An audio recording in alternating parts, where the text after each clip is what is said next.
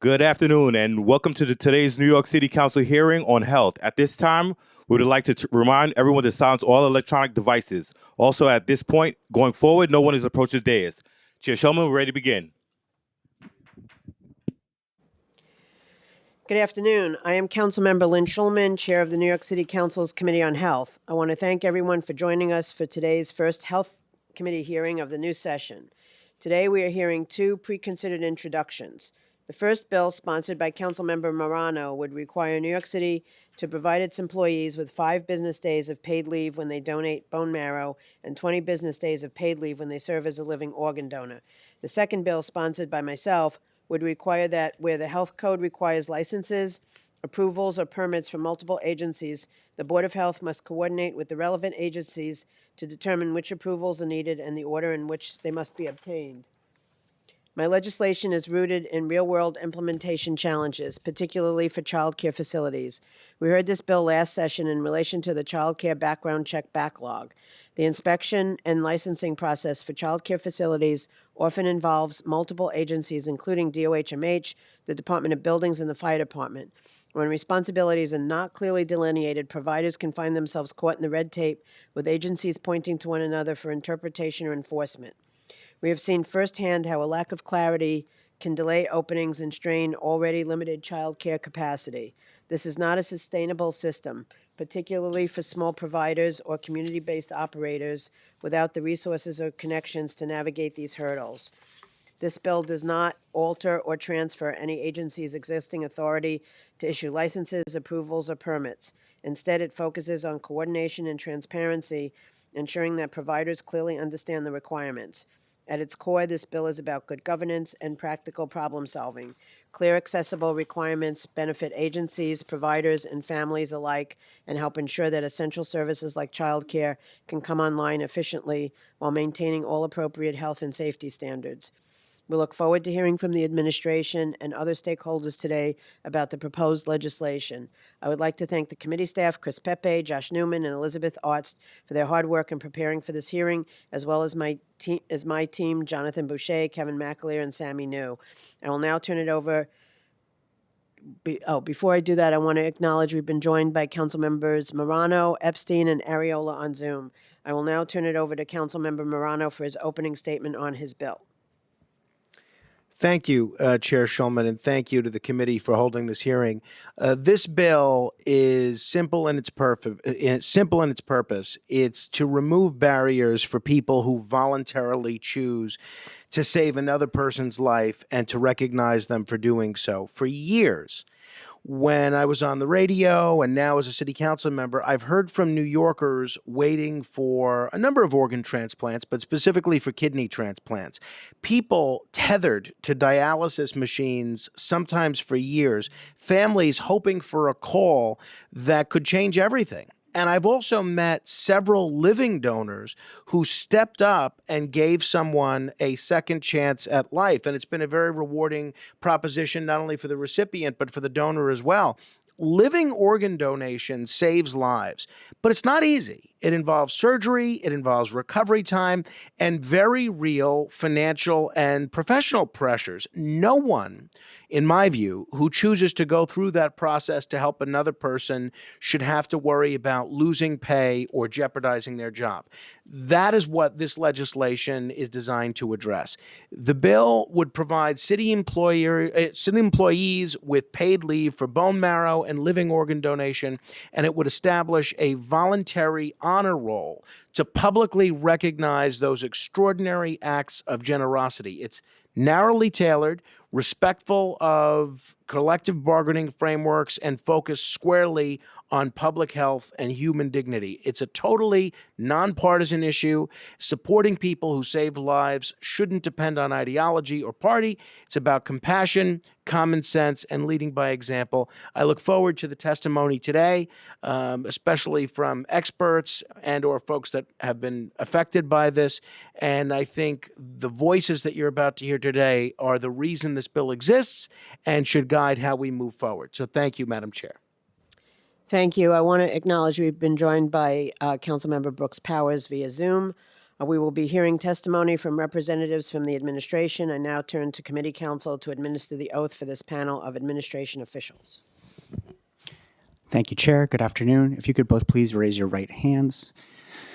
Do you swear to tell the truth and the whole truth and to respond honestly to council member questions before this committee? You may proceed. Good afternoon, Chair Schulman and members of the Health Committee. I'm Corinne Schiff, Deputy Commissioner for Environmental Health at the New York City Health Department. On behalf of Acting Commissioner Dr. Michelle Morris, thank you for the opportunity to testify today. I'm joined by Daniel Pollack, First Deputy Commissioner for the Office of Labor Relations, who can answer questions on Preconsidered Introduction 161. The New York City Health Department is charged with protecting and promoting the health of all New Yorkers. One of our responsibilities is oversight of childcare programs. The department regulates childcare centers, programs that serve children under age 6 in standalone commercial locations, and school-based childcare programs which serve children age 3 to 5 as part of an ongoing school. New York State regulates home-based childcare, which serves children 6 weeks to 12 years old in a residential setting, and school-age childcare, which operates in non-residential settings to care for children in school ages 5 to 13 after school and during school breaks. The New York City Health Department holds a contract with New York State to issue licenses to state-regulated programs, process background clearances, and conduct inspections and report findings to the New York State Office of Children and Family Services, the state agency that makes enforcement and other regulatory decisions. Turning to the legislation under consideration today, Preconsidered Introduction 162 says that where the health code requires licenses, approvals, or permits from other agencies, that the health code specify what is needed. Among many types of licenses and permits, the New York City Health Department issues permits to operate a child care center, and based on conversations with council and the previous hearing, our understanding is that the bill is meant to address child care permits. The health code already sets out requirements to obtain a child care permit, including the requirement for other agency approvals. The New York City Health Department provides information, including guidance documents such as a step-by-step guide to apply to locate on an upper floor, required orientation sessions, and ongoing technical assistance to help those in the permitting process meet those requirements. We appreciate what we believe is the intent of the bill, which is to ensure that applicants for a child care center permit know exactly what is required, including the order in which materials need to be submitted and when other city or state agency permits or approvals are required. We aim to make the permitting process clear and straightforward, but can always improve.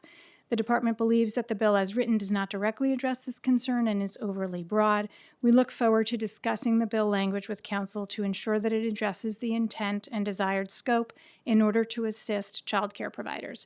Thank you for the opportunity to testify. My colleague and I are happy to take questions. Okay, thank you. So my first question that I want to ask you is how many members are there on the Board of Health?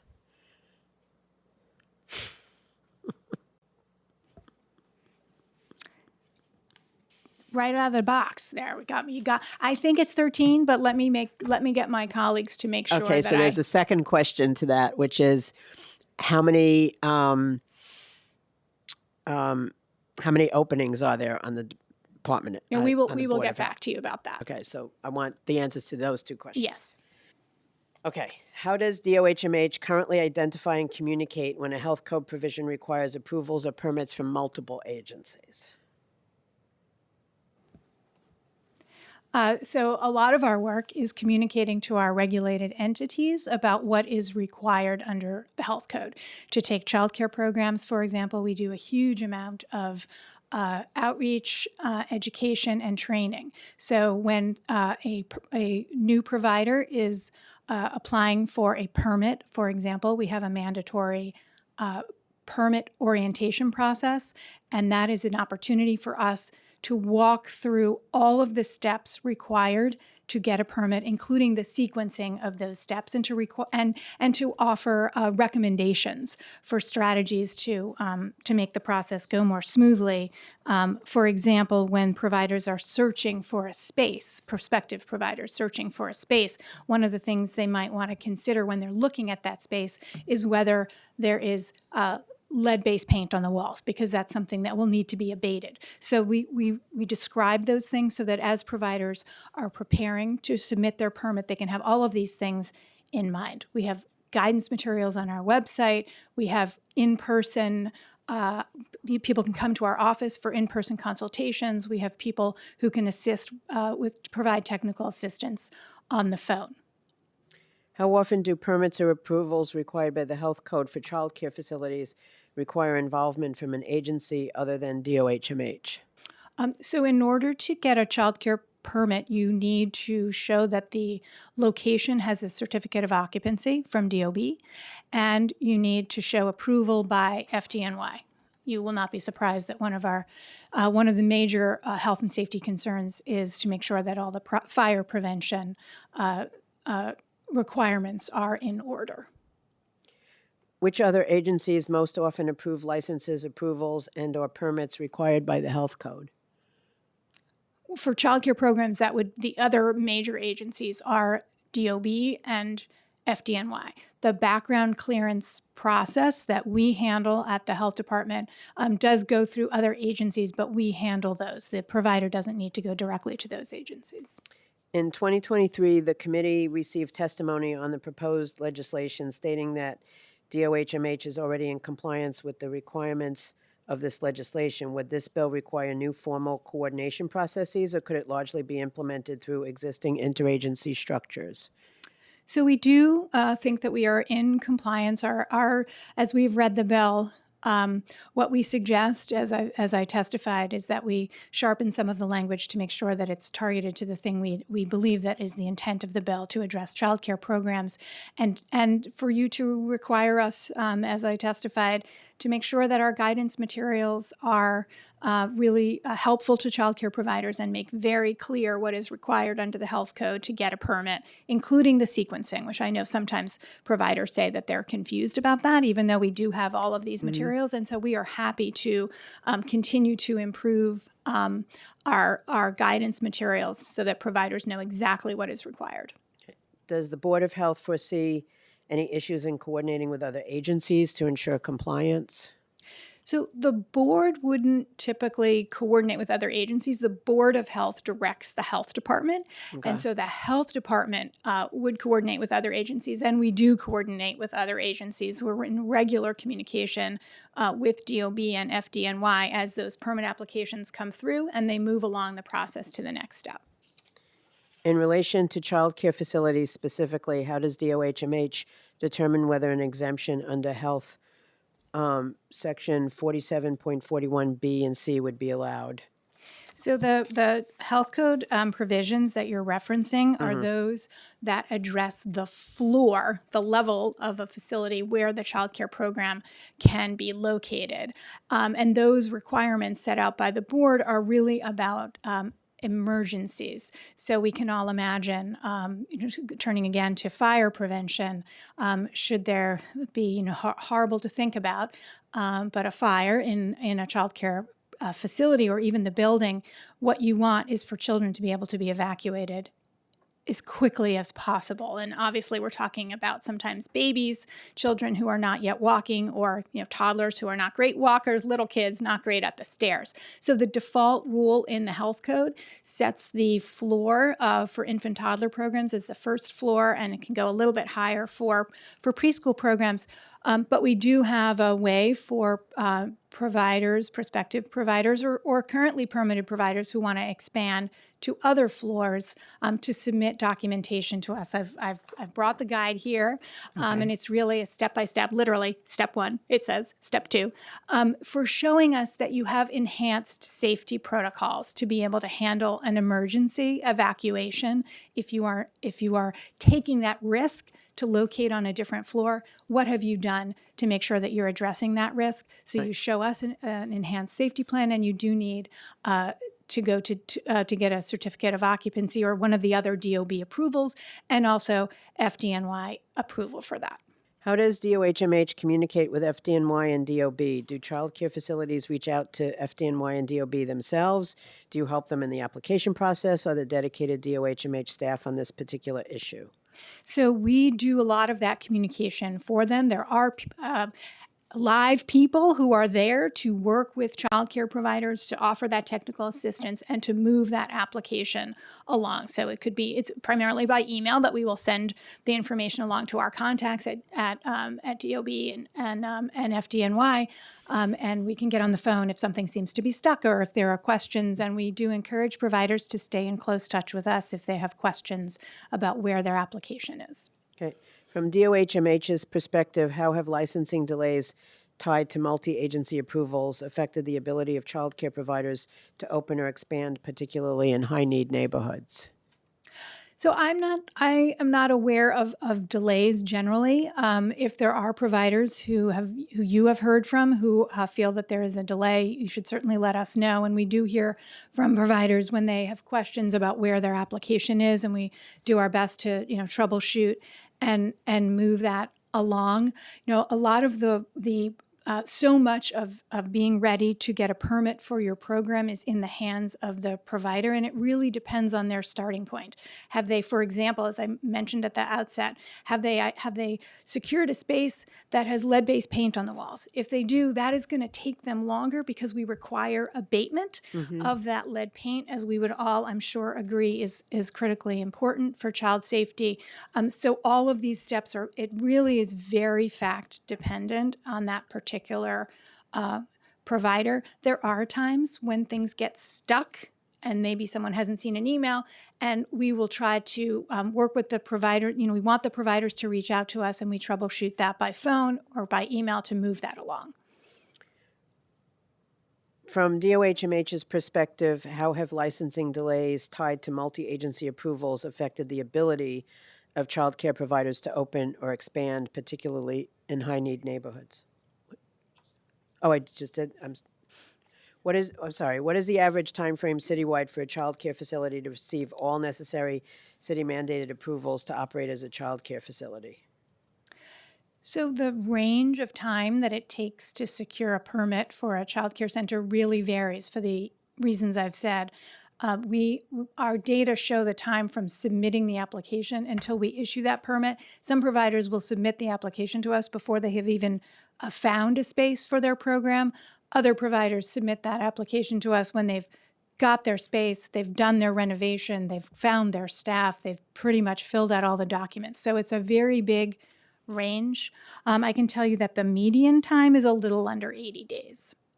Is what? A little under 80 days, but it does vary for these very So what is fact-specific. the shortest and what is the longest time range? I don't have the full range. So 80 days is the median. The average is a little under 150 days. But if you come to us, if you submit your permit application, but you haven't yet found a space for your program, it's going to take you longer than if you submit the application to us when everything is ready for our approval. If you could send us what the shortest time frame was and what the longest is, that would be helpful. Sure, we can get that. We can get that to you. What our data systems can't do is show you just the part when everything is fully submitted to the health department. But we will get you what we have. Understood, but just the range of the highest and the lowest, Yes. because this has been a perennial issue. So, We will get that to you. what is the average time frame citywide for a child care facility to receive all necessary city mandated approvals to operate as a child care facility? So that would be really the same issue, the permit, how long it takes to issue the permit, and again, it really ranges depending on how far along. How does DOHMH and the city address the bottlenecks in the process? So I wouldn't say that there are generally bottlenecks. I'm sure that there are providers who express to you, and they sometimes come to us to say, I feel like I've got a bottleneck, I'm stuck here.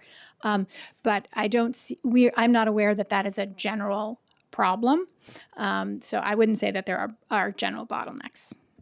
Okay. I'm gonna go on to something else. Do you have a question? Any questions? I do. For this? Yeah. I'm going on to yours next. Sorry. Councilmember Epstein. Yeah, thank you. Thank you for being here. I'm wondering, what have you heard from childcare providers about where they see the largest barriers to opening up and staying open? This is a very big question, probably not really only for the health department.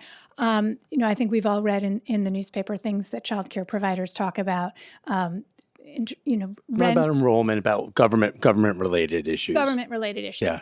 Yeah. So for the health department, I think we have done a huge amount of work in the last few years to improve our background clearance turnaround time. A couple of years ago, we had a lot of concerns from providers, and we were concerned too.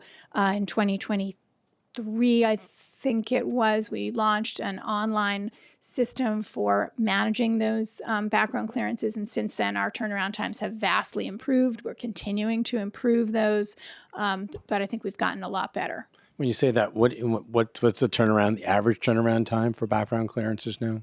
So I don't know. I don't have the up to the minute data, but in the last time I checked, it was around 20 days. The federal mandate is 45 days. There are outliers in the same way that there are specific circumstances for opening up a program. Some individuals for whom we are doing a background check have been in other states, and we are waiting for information from those other states to report to us. So there are cases that take longer, but we're pretty pleased with our turnaround time. Still working to get faster than that, but we are now under the federal I mandate. heard this issue especially when providers have multiple programs, like they have a under 2, 3, and maybe 4-year-olds, and they're, let's say one of the teachers is absent from the below 2, and then they they have someone who's available, but because the accreditation is for that person, might be for 3 and 4-year-olds, that they have staffing issues in relationship to making sure that they have enough staff in all spaces. So if you're talking about qualifications for teachers, Or multiple qualifications for multi-age. So like you, the age. right. So we did just in August, I think it was, the Board of Health did just adopt some new regulations to provide some additional flexibility aimed at just those kinds of issues, so that the board made a change so that the education director didn't need to be on site for more than a standard 8-hour workday. We expanded who could cover for that education director. We created a new title, education director designee, and we expanded the qualifications for the person who could serve in that role. We expanded qualifications for teachers teaching 2-year-olds in a preschool program, which may get at some of the questions you're asking. So I think just in the last few months, we've expanded some of those flexibilities. The feedback from the provider community has been really great. So we continue to implement that and provide information to programs about these new opportunities they have. What I'm going to do is I'm going to turn over to Councilmember Morano to ask questions about his bone marrow legislation. Thank you very much. I'm wondering if you could tell us what the current status of bone marrow donations and living organ donors in New York City is. To the best of your knowledge, is there a shortage of bone marrow or living organs that can be donated?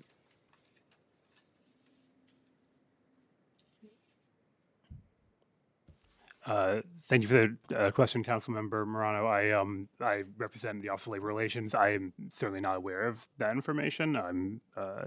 I can speak to the city employee aspect, certainly. Any questions you have about that, but not that question. Fair enough.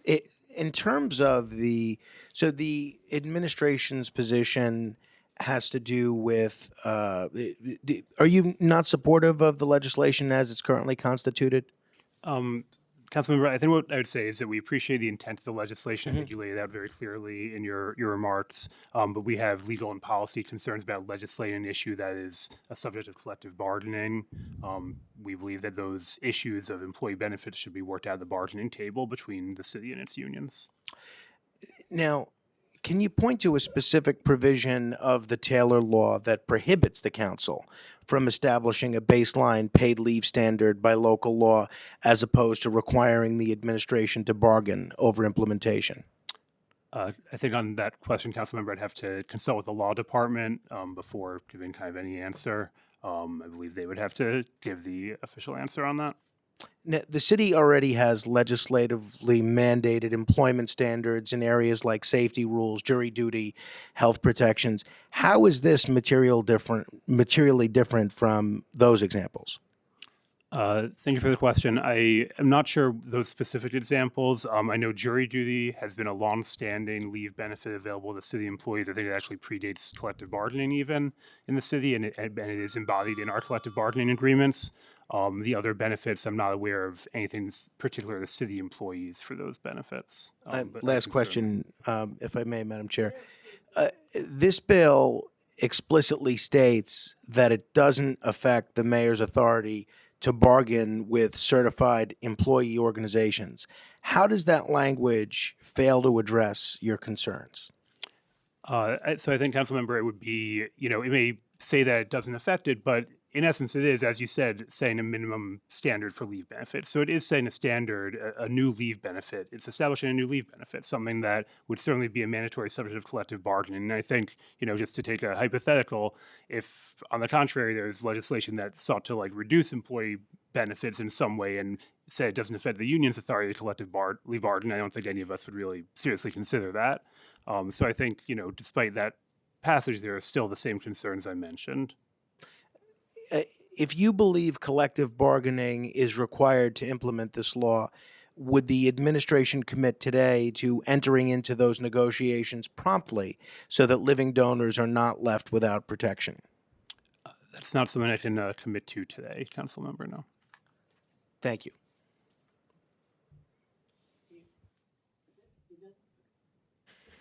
All right. What information does DOHMH or the city provide to people interested in becoming bone marrow or living organ donors?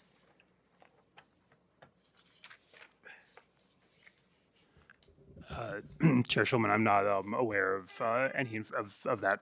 The answer to that question. It's not something certainly that OLR is involved in, and I'm not aware of any information to city employees specifically about that. Okay. Have you gotten any inquiries from city employees about that or not to your knowledge? My office is not, no. Okay.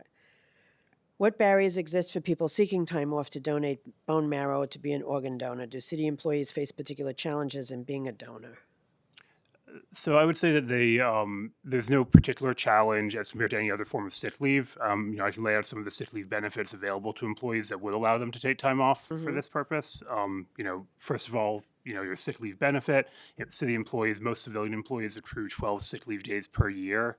That can roll over. The accrual is unlimited. So city employees who have worked for the city a while often have a large sick leave balance.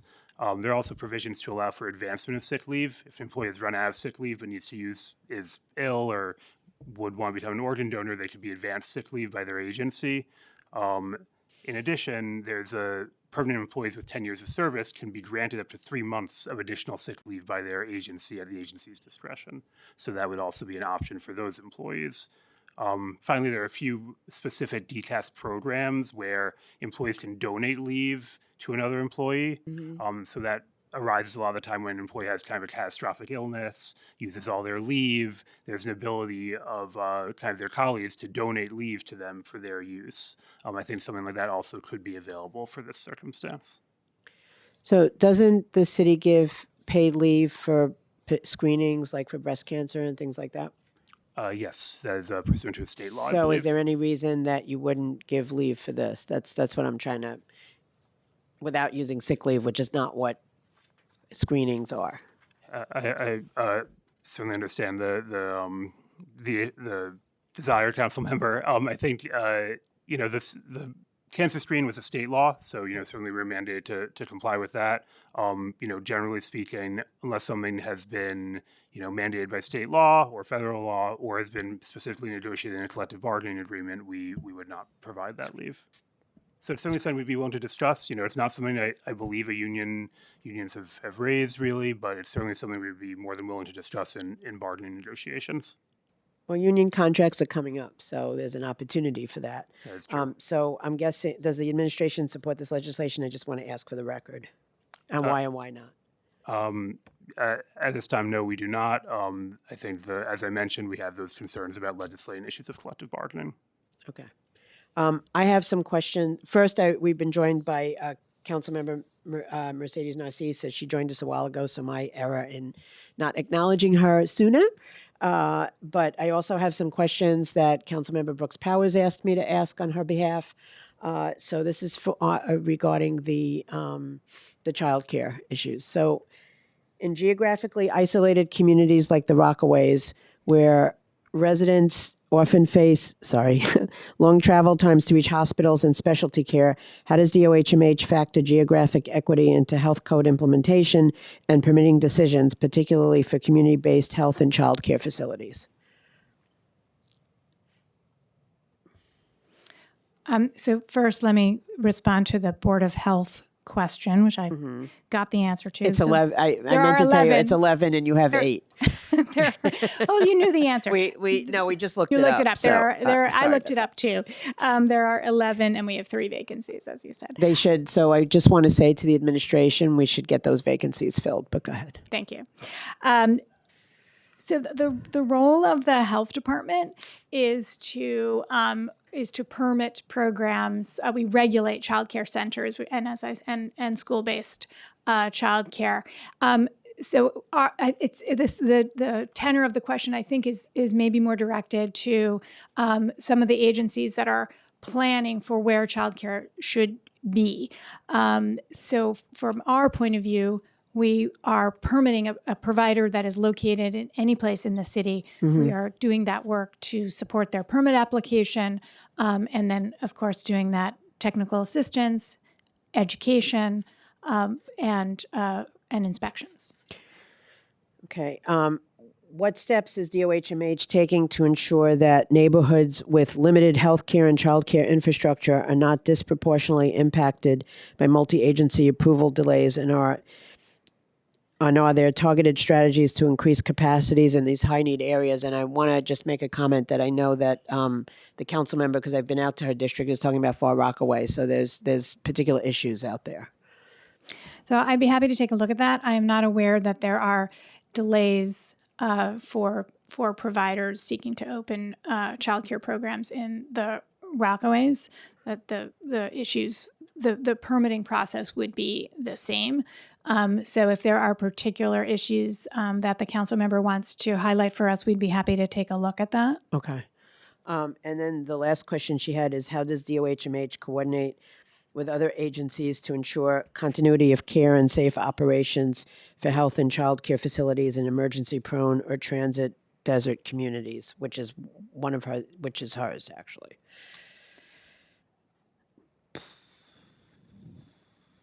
I'm not sure that I'm struggling a little bit because I'm not sure that I understand the question. If it is asking about making sure that there are sufficient childcare programs for caregivers in those communities, right. It's an important question that the administration, as we move toward universal childcare, I think that will be a key component to look at, not directly under the purview of the health department. So what I'm going to ask is if you would be willing to have a meeting with the council member around the specifics of her district. We of course we would, yes. Okay. So, thank you. Anybody else have any other questions? Nope. All right. Well, I appreciate the testimony. See, told you guys it wouldn't be that long. We'll figure this out. And thank you for coming today. Really, I know it's not the greatest weather conditions out there, but we appreciate it. Thank you.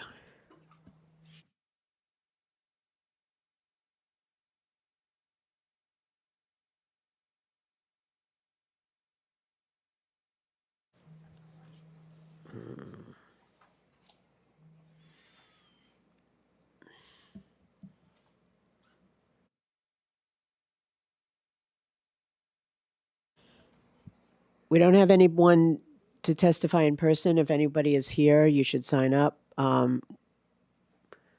We don't have anybody on Zoom. Let's see what she wants. Okay.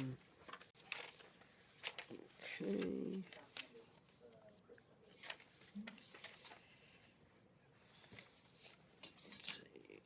Where is it? Okay.